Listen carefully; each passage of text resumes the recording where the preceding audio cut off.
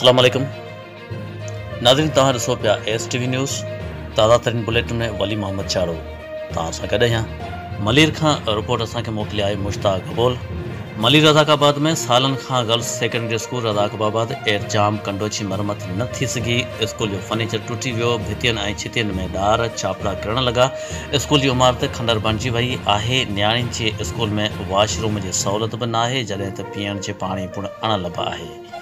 कंहिं बि वक़्तु को बि जानी नुक़सान थियण जो ख़दशो आहे। इलाइक़े वासियुनि समाजी अॻवान सैयद इनायत अली शाह, महबूब गबोल, सगीर गबोल, शकील गबोल ऐं ॿियनि वज़ीर आला सिंध सैयद मुराद अली शाह, वज़ीर तइलीम सिंध सैयद सरदार अली शाह मलीर जे चूंडियल नुमाइंदनि खां मुतालबो कंदे चयो आहे त गर्ल्स सेकेंडरी स्कूल रज़ाकाबाद एरजाम कंडोजी तबाही जो नोटिस वठंदे स्कूल में समूरी बुनियादी सहूलियतूं फराहम करे ॾिनियूं वञनि।